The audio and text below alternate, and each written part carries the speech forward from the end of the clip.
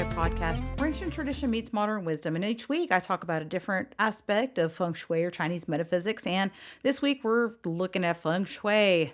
I'm Candice Berlanga, certified Feng Shui practitioner. Today we're going to talk about why Feng Shui sometimes feels confusing. I've had quite a few people message me just over the months, over the years, and I, a little bit more recently, have had some discussions with a few of you listeners. And so hopefully I'll answer some of your questions. Why Feng Shui feels so confusing? It's supposed to make life easier, but instead you start second guessing everything in your house. This episode is going to be for you, okay? I hear it a lot. People start exploring Feng Shui and they're looking for support and clarity, but somewhere along the way, it really just turns into worry, and you worry about putting something in the wrong place or adding something, activating the wrong energy.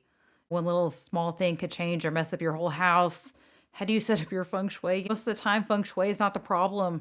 Really, it's the way Feng Shui is being learned. And that's why I'm here on the Learn Feng Shui podcast. Really, that's why I started this podcast, was to help you guys dispel some myths and learn what Feng Shui really is.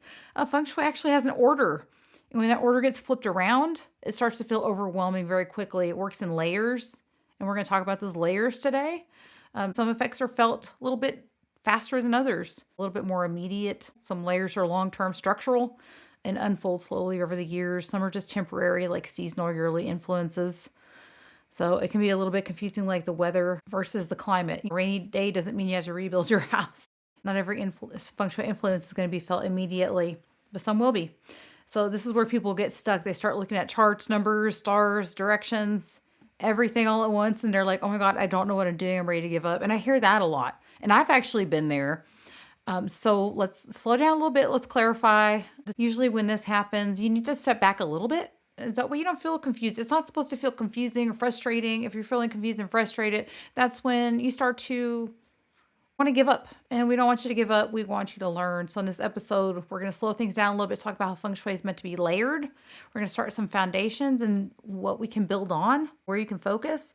So I'm not going to be teaching like advanced methods. I might be talking about some things or explaining some things, but I really want to just slow down the way you're thinking about Feng Shui in a way that feels supportive. Again, Feng Shui is supposed to help you and feel more at home in your space, not make you afraid of it. Well, let's get into it.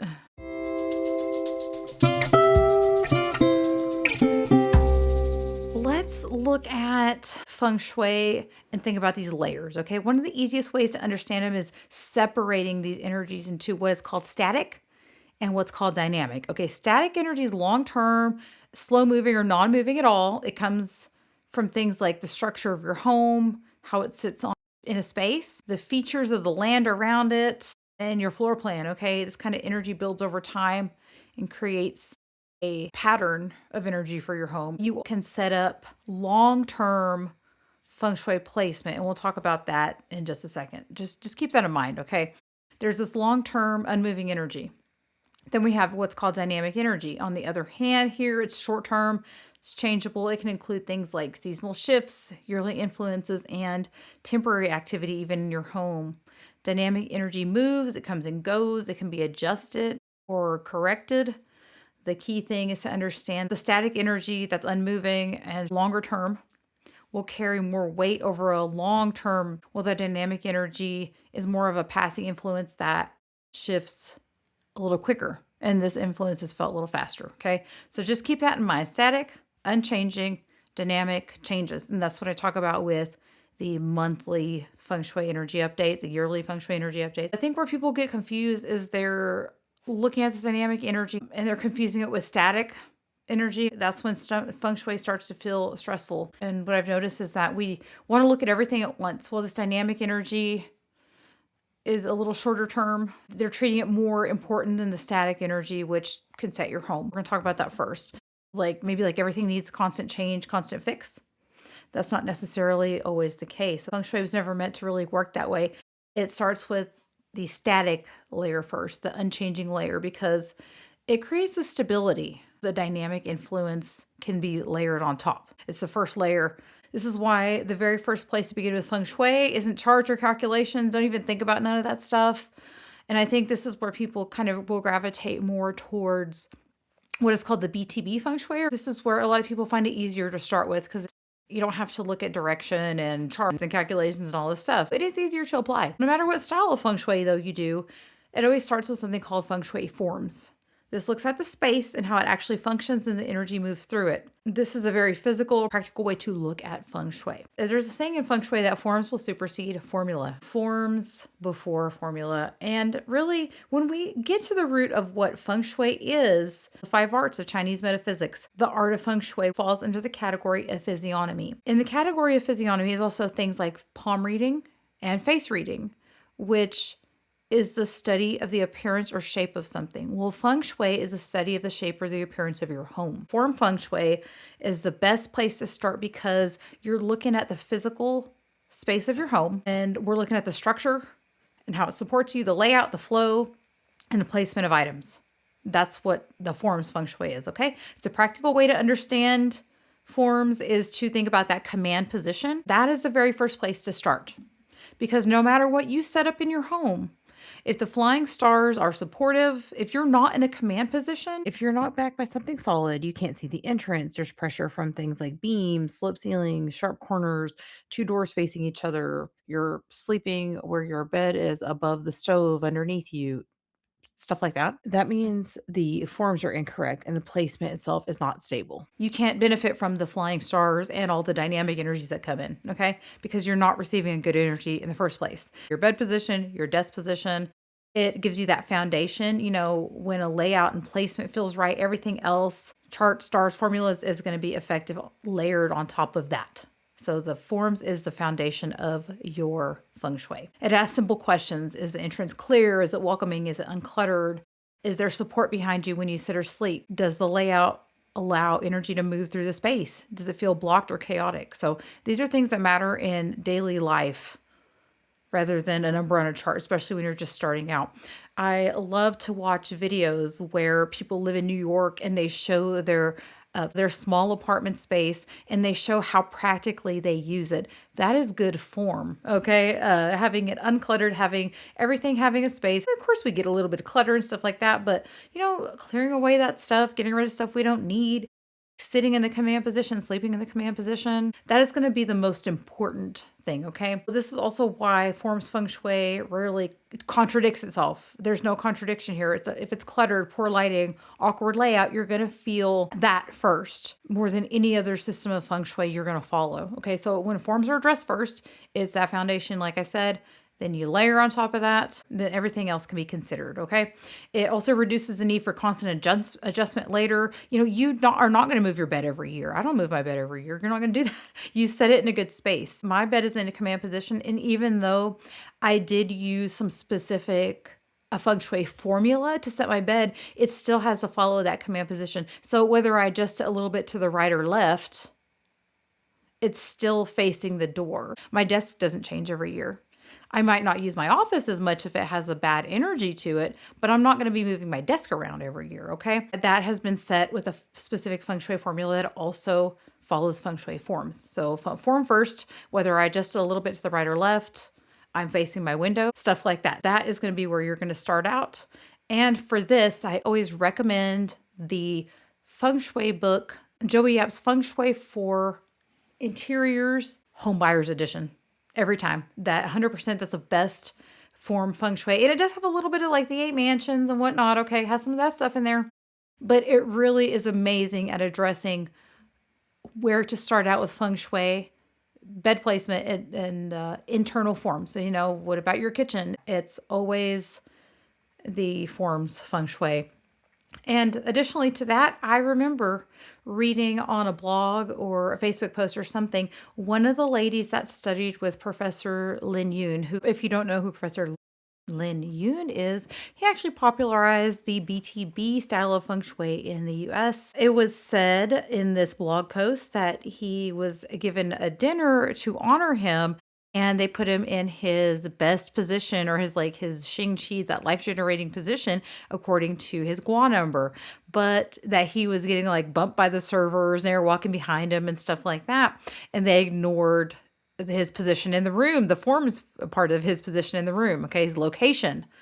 And it was said that he used that as a lesson to say, hey, the position in the room is better than and will supersede my best position. Think about that. So when you set up your forms, you set up yourself to receive a good Wi-Fi signal. So after we set up our forms, this next layer, long-term energy, the subtle patterns that unfold over decades of living in a home, systems like 8 mansions or a home's natal flying star chart will track this energy. But it kind of is important to note that it only really matters for areas you spend the most time in over a lifetime of living in a home, anywhere from 20 to 60 years. How long are you going to be in that house for? It's not something you need to react to every day.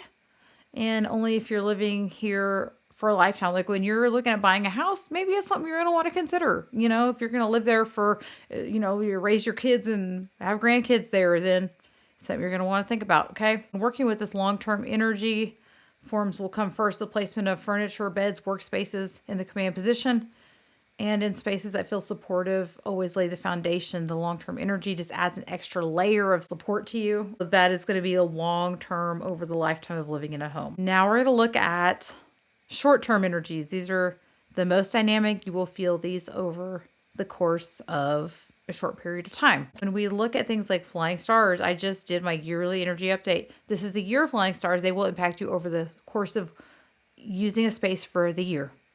Okay, that's why you are going to want to avoid places like the South this year with that 5-star. You're just not going to want to position yourself there for the year because it only impacts it over the year. Okay, unlike long-term energy that unfolds over decades, these flying stars can change over the year, the month, and even the day. We don't really focus too much on that. So let's start out a little bit slow here. It's the layer you will feel. Okay, sometimes a room feels off. Maybe it feels more challenging. That's often because of some shifting energies. Flying stars are flexible. They respond to what you do in a space. They're activated by movement and being in a space. So moving furniture, adding or removing items, or starting new activities. You don't need to get lost in calculations. It's important just to note that the energy moves and can be adjusted. They come and go, and you can work with them in a space to make you feel more supportive over the year or month. One way to think about the different layers of Feng Shui is think about it like this: climate, season, and weather. Okay, your home, the long-term energy, the natal star charts, how you position your furniture in that space. It's going to be the climate. It's the overall tone, the background pattern that unfolds over a long period of time. Yearly flying stars, however, are like seasons. Okay, they shift noticeably over the year. Just like you notice spring, winter, fall, there's a shift there. It can bring a subtle change, influence, and affect different areas of your home separately, but you can prepare for them. You can make small adjustments and feel their effects. Monthly or daily stars are like the weather. These energies change quickly, like month to month or day to day. But it's important that if you're doing something in an area that actively moves it or changes the space, like a renovation, moving furniture, or activating a particular area, tracking the daily flying stars can be important then. But usually it's too much to just look at it every day. And that also creates fear. You don't want to be like, where's the 5 stars this day? Where, you don't do that, okay? It's exactly where date selection comes in, though. This helps you work with short-term energy that matters the most for that time. Only when you're doing large triggers of energy do you want to kind of track that. Now that we know the difference between long-term energy, short-term energy, we know the difference between static and dynamic energies. One thing that can change also or affect the energy of a space that you might not think about could be date and time selection. Date selection comes into play when you are choosing a project. Just like I talk about on my monthly energy updates, you're not going to want to start a renovation project on a sector that has the 5 flying star. Like, we're not doing renovations in the South this year. It has the Grand Duke. It has some very negative energies there. What if you have to? What if a pipe breaks and you have to start? Well, you can negate some of those negative energies by starting on a good day. And if you can't start on a good day, you can start on a good hour. If you think of date selection like planting a garden project, you wouldn't just plant seeds or move heavy soil on a rainy day. You're not going to want to do that. Things aren't going to grow well if it gets waterlogged, right? The weather matters. So in Feng Shui, the same thing applies to energy. Sometimes maybe you do important things like moving into a new home, rearranging a big part of your space. You might notice the energy feels off. What if you have, hold a grand opening on a day that has bad energy? You might feel it instantly. I'm going to give you this example, okay?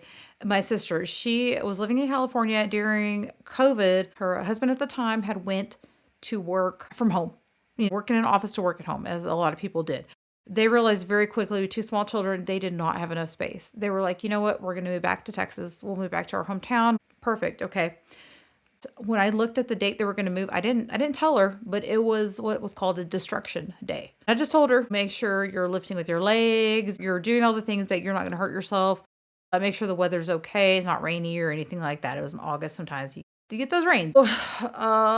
Yeah, the next day she told me that they weren't able to get their U-Haul. All the U-Hauls were rented out. Some of that was on her ex-husband.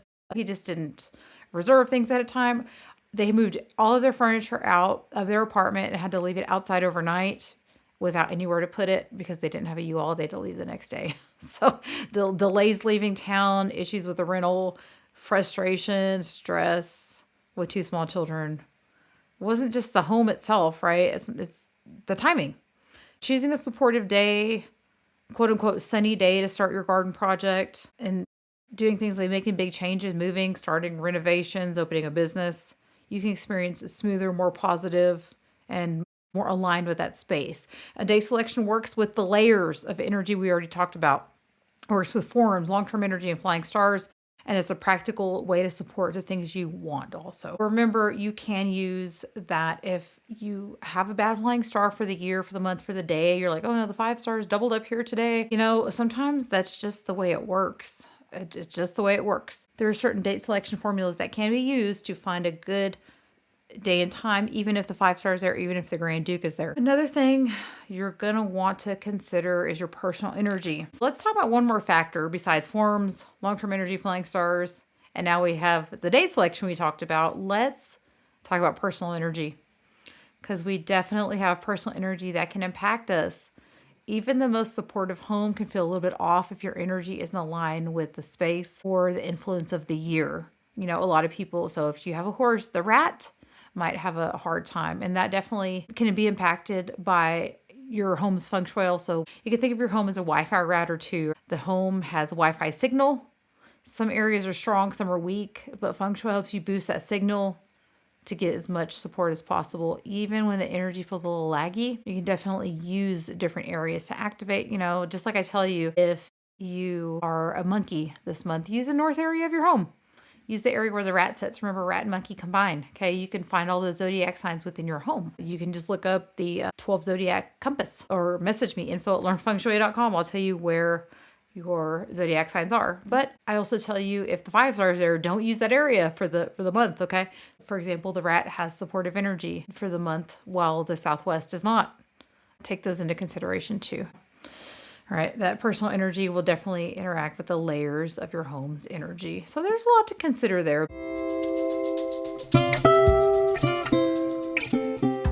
Kind of just to have you feel a little encouraged. Feng Shui is supposed to feel supportive. If you feel frustrated, if you feel scared, take a little bit of a step back. Start with those forms. Tell yourself it's supposed to support me, not scare me, not frustrate me. Just look at your space, clear some clutter away, look at the forms, and ask yourself if it feels good. Are you having a good year? Is anything dramatic happening? If that's not the case, then you're more than likely fine, okay? You also don't need to fix everything. I do the yearly energy updates. You can set your home for that year and forget about it a little bit. You don't have to do the monthly feng shui that I talk about. If you feel like you need something that needs to be changed, you're like, I want to use this sector for the month and I want to feel supported in this area. Maybe you need to find work. You're going to use that 8 star. Okay. You're going to move with the 8 star. Use that area. I am using the north. That's my office. You're going to want to face the 3 killings and sit with your back to the Grand Duke. I just moved to the other side of my desk, if that makes sense. So I'm facing north now. Okay, so you don't have to change everything. You don't have to fix everything every year, whatever. You're allowed to simplify it and step back. If the BTB approach feels easier, safer for you, do the BTB approach. It's not set in stone, okay? And you're not going to get in trouble. I don't use the natal chart or the 8 mansions. I do something called purple white script. That's what I use because I think it's easier. I think I'm actually going to teach a class on it. I'll probably do a future episode dedicated to only flying stars, and I've done it before. Let's look at this as gaining some clarity and not having to follow specific feng shui things. If it makes you feel anxious, it's okay to slow down. The energy isn't going to kill you, okay? It's just supposed to be supportive to you. I hope you found this episode more supportive, maybe it clarified a little bit, and I'll catch you guys on the March energy update. You guys have a good weekend.